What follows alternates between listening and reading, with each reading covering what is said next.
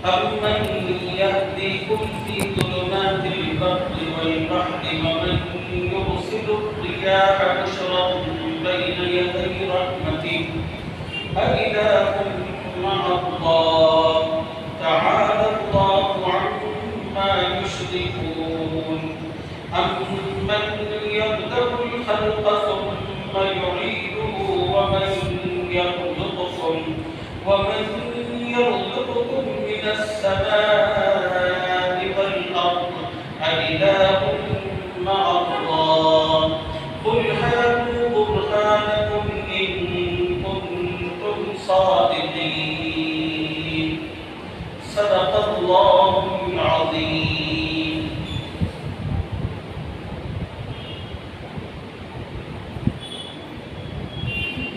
ابھی میں نے آپ حضرات کی خدمت میں قرآن پاک کی جن آیتوں کی تلاوت کی ہے، ان آیتوں میں اللہ تعالیٰ نے اپنے کچھ انعامات کا تذکرہ فرما کر بندوں کو اپنی توحید کی دعوت دی.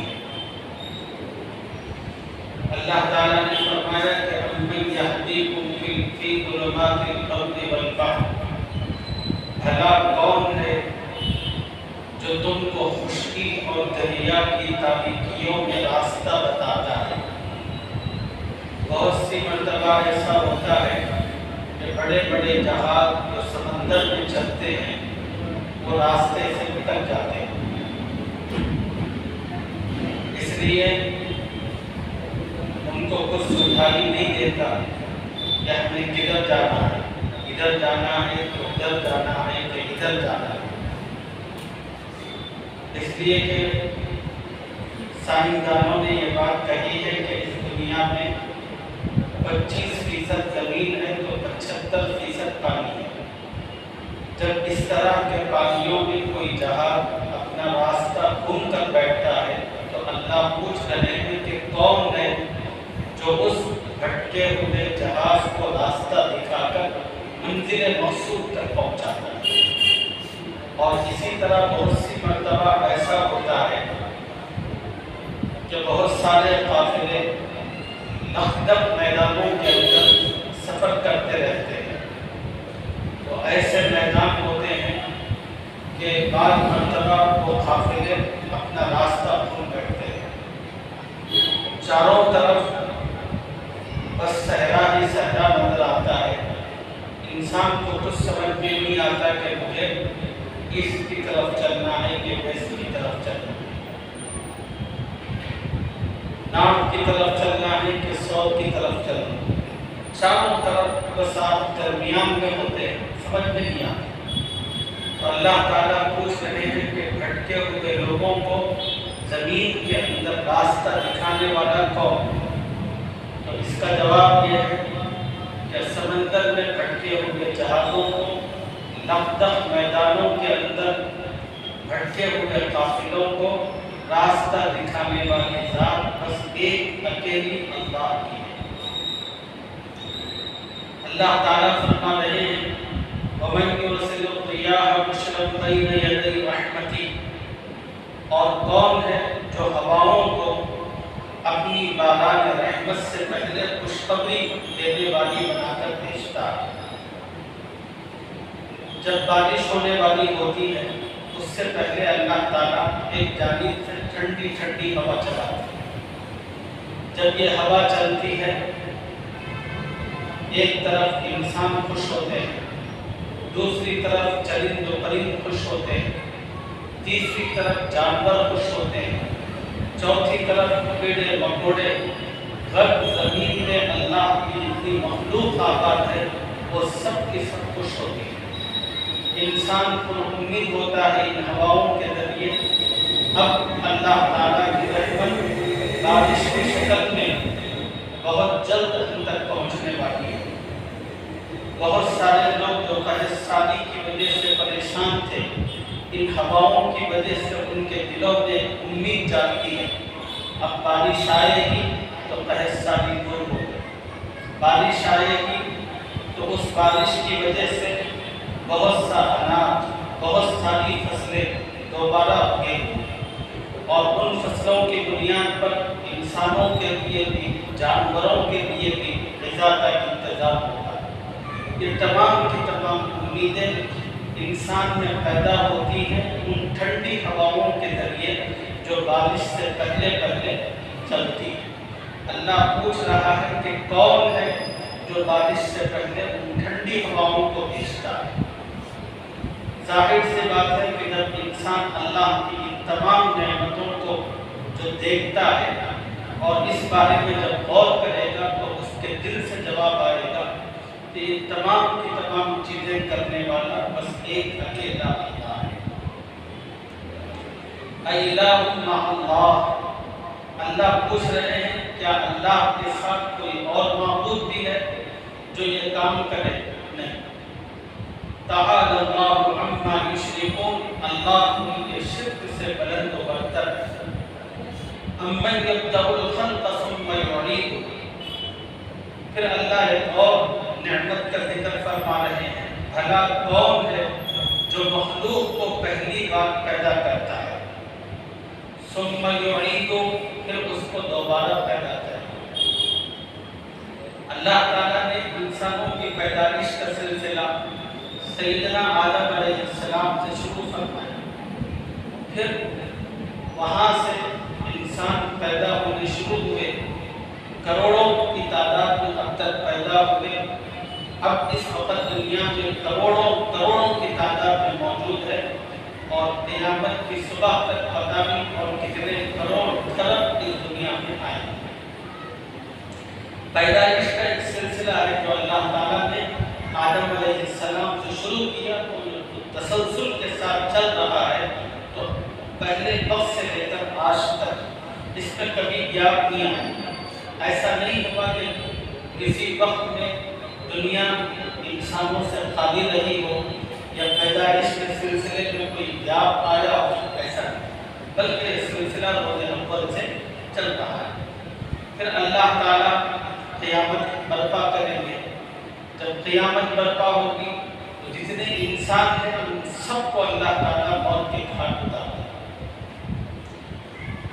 پھر تمام کے تمام انسانوں میں آدم علیہ السلام سے لے کر قیامت تک جتنے دنیا میں آ چکے یا اس وقت مرے تھے، ان سب کے جسموں کو اللہ تعالیٰ اکٹھا کرے گا، پھر ان میں روح پیدا کرے گا، پھر ان سب کو اٹھا کر کھڑا کرے گا، پھر وہ سارے کے سارے اللہ کی بارگاہ میں پہنچ کر اپنی اپنی زندگی سے متعلق حساب کتاب شروع کریں۔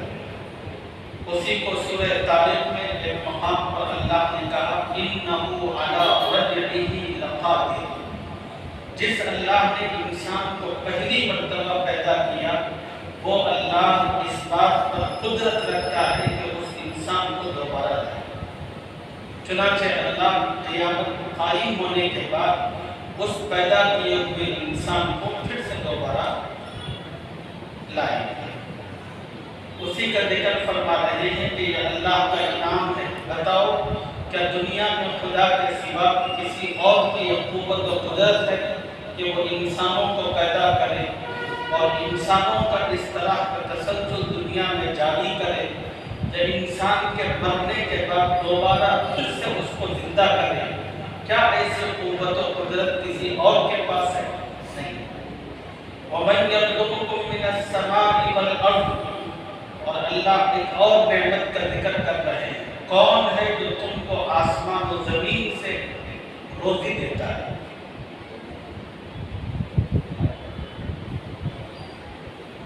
اس لیے کہ روزی کو اللہ نے آسمان اور زمین ان دونوں کے ساتھ مربوط رکھا ہے۔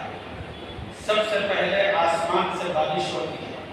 کیا بارش ایسے ہی ہوتی ہے یا آپ کے میرے چاہنے سے ہوتی ہے؟ نہیں، بارش کے لیے اللہ نے مسلسل نظام مرتب کر رکھا ہے۔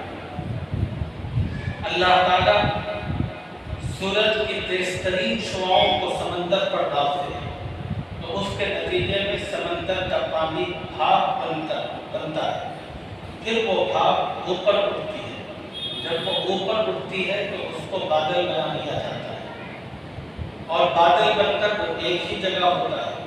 پھر اللہ تعالیٰ اس کے پیچھے ایک اور قوت کو بھیجتے ہیں جس کو ہوا کہتے ہیں۔ ہوا آتی ہے ان بادلوں کو جہاں جہاں اللہ کا حکم ہوتا ہے مختلف مقامات پر پہنچاتی ہے۔